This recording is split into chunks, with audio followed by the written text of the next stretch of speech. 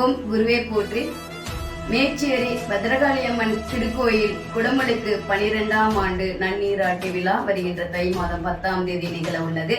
இதை நிகழ்த்துவதற்கு இந்து சமய அறநிலைத்துறை ஆணையர் செயல் அலுவலர் அவர்கள் சமஸ்கிருத வேள்வியாளர்களை மட்டுமே அழைத்துள்ளார்கள் என்பதை இந்த அழைப்பிதழ் வாயிலாக தெரிந்து கொண்டேன்.